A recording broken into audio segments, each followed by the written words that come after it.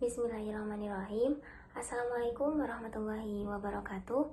Perkenalkan, nama saya Siti Sofia dengan NIM akhir yaitu 016. Nah, di sini saya dari kelompok 3 yaitu dengan syarah Imam Tirmidzi. Jadi, di sini saya akan mengambil salah satu kitab yang menggunakan syarah Imam Tirmidzi, dan di sini saya akan menjelaskan bagaimana profil dari kitab tersebut dan juga contoh salah satu hadis dari kitab tersebut dan bagaimana metodenya. Nah, langsung saja di sini saya akan mengambil salah satu kitab syarah Imam Tirmidzi yaitu dengan nama kitab Aridatul Ahwadi, di mana kitab ini yang ditulis oleh Al-Imam Al-Hafidz Abu Bakar Muhammad bin Abdullah Al-Ishbili atau yang lebih dikenal dengan nama Ibnul Arabi. Nah, Ibnul Arabi ini adalah seorang ulama Sunni yang berasal dari Andalus, yaitu dari daerah Spanyol. Nah, lanjut ke berikutnya yaitu dari profil penulis atau profil dari Imam Ibnul Arabi tersebut. Nah, jadi nama lengkap dari Ibnul Arabi yaitu Al-Imam Al-Hafidz Abu Bakar Muhammad bin Abdullah Al-Ishbili. Nah, beliau itu lahir pada tahun 468 Hijriah atau 1076 Masehi di Sevilla atau di Andalusia yang sekarang itu menjadi daerah Spanyol namanya. Nah, terus selanjutnya beliau itu wafat pada tahun 543 Hijriah atau 1148 Masehi di Fez, Maroko. Lalu pendidikan beliau itu menerima pendidikan awal di Libanon dan kemudian menetap di Sevilla. Ia melakukan banyak rihlah ilmiah ke berbagai daerah seperti Tunisia, Aljazair, Mekah, dan Mesir. Lalu beliau juga belajar dari beberapa guru terkemuka termasuk pada Imam Ghazali. Lalu karya-karya beliau yang paling utama di sini adalah yang bernama Aridat Al-Ahwadi, yaitu kitab yang saya ambil di sini. Aridatul Ahwadi, sebuah kitab syarah dari kitab Sunan Tirmidzi, dan beliau juga menulis Ahkamul Quran atau sebuah kitab tafsir Al-Quran yang juga memuat fikih dari mazhab Imam Maliki. Nah, sebetulnya itu banyak karya-karya beliau, tapi di sini saya mencantumkan karya yang utama saja. Lalu lanjut pada berikutnya yaitu guru-guru beliau. Jadi di sini ada guru-guru Imam Ibnul Arabi. Yang pertama yaitu ada Abu Hasan, lalu yang kedua ada Abu Ishaq Al-Baghdadi Al-Jauhari, lalu yang ketiga ada Abu Ishaq Al-Kuttali, dan yang keempat ada Ibrahim bin Hani An-Naisaburi, dan yang terakhir yaitu ada Ibrahim bin Yusuf As-Sayrifi. Lalu pada murid-muridnya yang pertama yaitu ada Imam Ahmad bin Ibrahim Ad-Dariri, lalu yang kedua ada Ahmad bin Ja'far bin Salam Al-Fursani, yang ketiga ada Ahmad bin Ja'far bin Muhammad, yang keempat ada Abu Bakar Al-Kutali, yang kelima ada Ahmad bin Ja'far Mu'bad As-Samsari, lalu yang terakhir yaitu ada Sulaiman bin Ahmad bin Ayub. Nah, di sini juga ada kepribadian dari Ibnul Arabi dan juga pengaruhnya. Nah, Ibnul Arabi ini dikenal sebagai seorang ulama yang berpengaruh dalam bidang hadis, dalam bidang fikih, usul fikih, ulumul Quran, adab, tata bahasa Arab, dan juga sejarah. Beliau dikenal karena karya-karyanya yang mendalam dan komprehensif dalam memahami hadis Nabi Muhammad SAW. Pujian ulama seperti Syekh Siddiq Hasan Khan menyatakan bahwa Ibnul Arabi itu adalah imam dalam usul dan furu', menyimak dan belajar fikih, menduduki kursi nasihat dan tafsir, menulis banyak karya tulis, dan juga teguh dalam amar ma'ruf dan nahi mungkar. Lalu lanjut pada berikutnya yaitu pada profil dari kitab Aridatul Ahwadi. Nah, nama kitabnya yaitu Aridatul Ahwadi. Lalu latar belakang dari penulisan kitab tersebut yaitu yang pertama ada tujuan penulisan. Nah, jadi tujuan kitab ini ditulis yaitu untuk memberikan penjelasan mendalam tentang perawi hadis, sanad, dan hadis gharib dalam kitab Sunan Tirmidzi. Selain itu, kitab Aridatul Ahwadi ini juga membahas cabang ilmu lain seperti nahwu, akidah, hukum fikih, hikmah, dan masalah-masalah yang berkaitan dengan hadis. Lalu yang kedua yaitu ada kepribadian penulis atau kepribadian dari Imam Ibnul Arabi. Nah, Imam Ibnul Arabi ini dikenal sebagai seorang ulama yang berpengaruh dalam bidang hadis dan syarah hadis. Beliau memiliki kecerdasan dan ketajaman pikiran yang tinggi sehingga kitabnya itu dapat memberikan penjelasan yang cemerlang dan mendalam. Lalu yang berikutnya yaitu ada metode penulisan dalam kitab Aridatul Ahwadi ini. Jadi, kitab Aridatul Ahwadi ini disusun dengan metode yang sistematis, memulai dari perawi hadis, sanad, dan hadis gharib. Penulis juga memberikan penjelasan tentang keutamaan ilmu hadis dan ahlinya, serta pentadwinan hadis. Lanjut berikutnya yaitu ada sistematika pemaparan. Nah, yang pertama yaitu ada judul dan penulis, yaitu judul kitab yang saya ambil tadi Aridatul Ahwadi, dan penulisnya seperti yang saya sebutkan tadi yaitu Al-Imam Al-Hafidh Abu Bakar Muhammad bin Abdullah Al-Ishbili atau yang lebih dikenal dengan Ibnul Arabi. Nah, isi kitab tersebut apa? Nah, jadi isi kitab dari Aridatul Ahwadi ini yang pertama yaitu perawi hadis dan sanad. Kitab ini banyak membahas perawi hadis, sanad, dan hadis gharib. Penulis juga memberikan penjelasan mendalam tentang perawi-perawi hadis dan sanad yang digunakan dalam kitab Sunan Tirmidzi. Lalu yang kedua yaitu cabang ilmu lain. Seperti ini contohnya, selain membahas perawi hadis dan sanad, kitab Aridatul Ahwadi ini juga menerangkan cabang ilmu lain seperti nahwu, akidah, hukum fikih, hikmah, dan masalah-masalah yang berkaitan dengan hadis. Lalu yaitu yang berikutnya ada sistematika penulisan. Jadi, kitab dari Aridatul Ahwadi ini disusun menurut sistematika fikih seperti kitab sunan yang lain.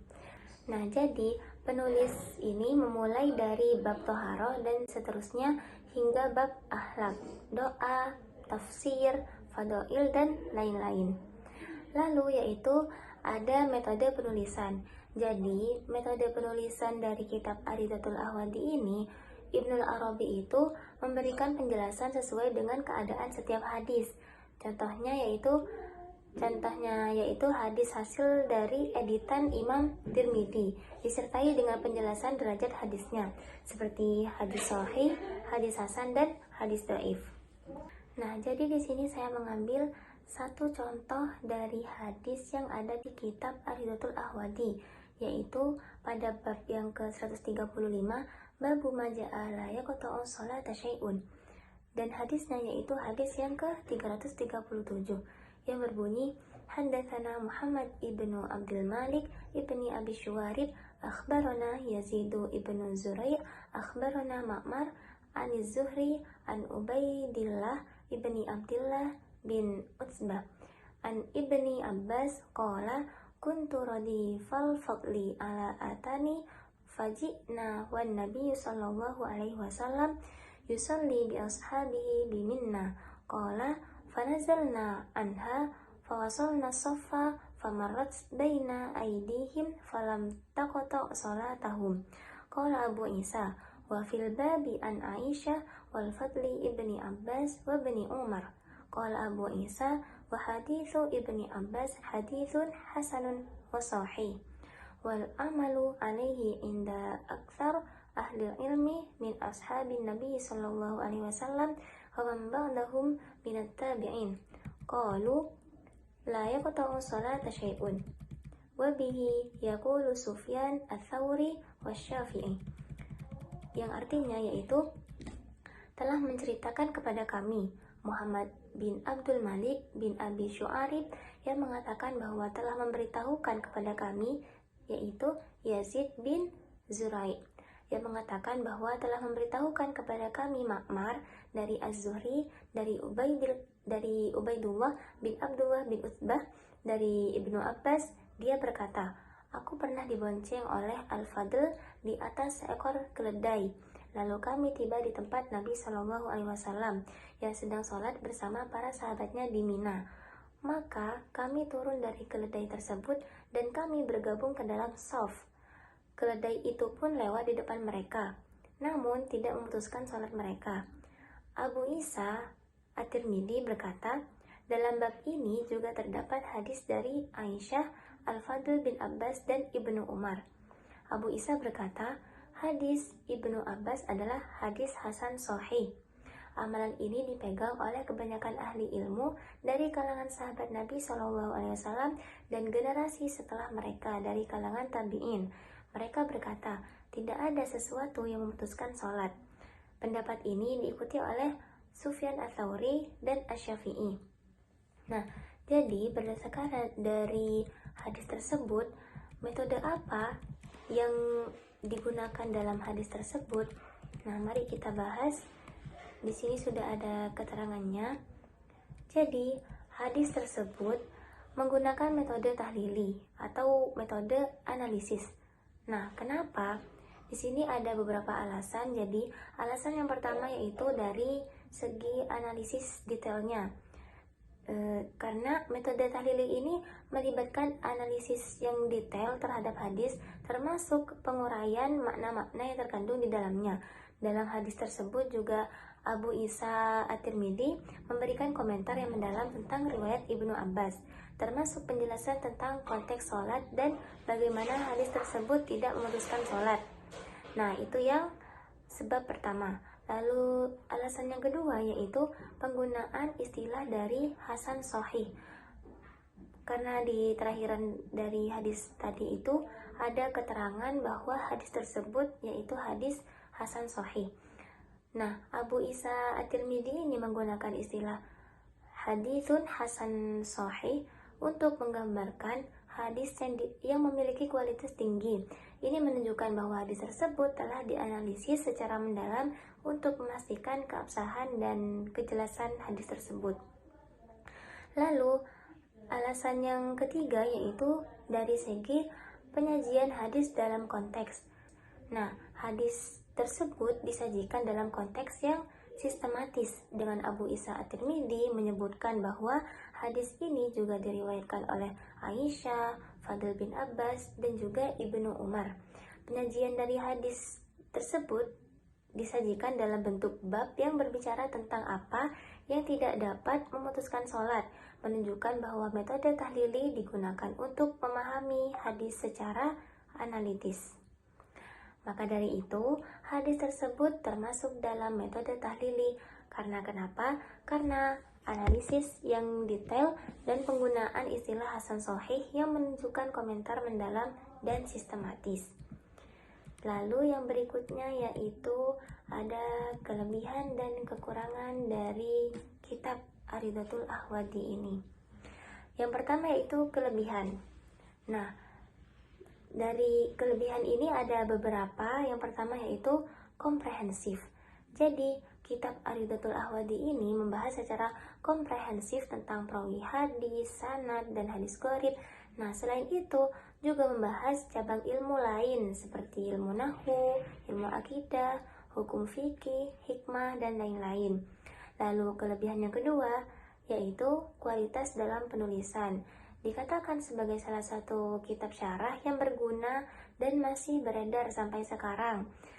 Penulis Aridatul Ahwadi ini yaitu Muhammad Abdurrahman Al-Mubarakfuri, dikenal sebagai seorang ulama yang memiliki keistimewaan dalam membedakan hadis-hadis sahih dan dhaif. Lalu kelebihan yang ketiga yaitu metode penulisan dari kitab Aridatul Ahwadi. Kitab Aridatul Ahwadi ini memiliki metode penulisan yang panjang lebar dengan muqaddimah yang berharga dan banyak memuat faidah-faidah, serta pembahasan-pembahasannya itu berkaitan dengan kitab Imam Tirmidzi. Lalu pada berikutnya yaitu kekurangan dari kitab Aridatul Ahwadi. Yang pertama yaitu ada keterbatasan sumber. Nah, jadi meskipun kitab Aridatul Ahwadi ini komprehensif seperti itu, tapi tidak ada informasi yang spesifik tentang kekurangan atau keterbatasan dalam penulisan kitab ini.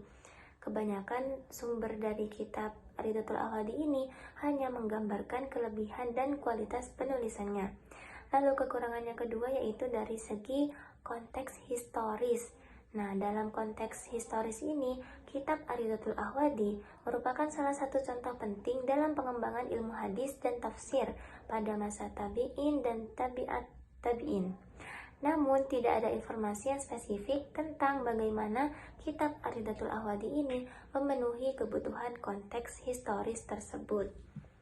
Nah, jadi seperti itulah penjelasan dari kitab Aridatul Ahwadi, mulai dari profil kitab, profil penulis, dan salah satu contoh hadis dari kitab Aridatul Ahwadi yang menggunakan metode tahlili atau metode analisis. Jadi seperti itu. Nah, mungkin cukup itu saja dari saya. Jika ada kata yang salah atau kurang, mohon dimaafkan. Semoga bermanfaat. Wabillahi taufiq wal hidayah, waridho wal inayah. Assalamualaikum warahmatullahi wabarakatuh.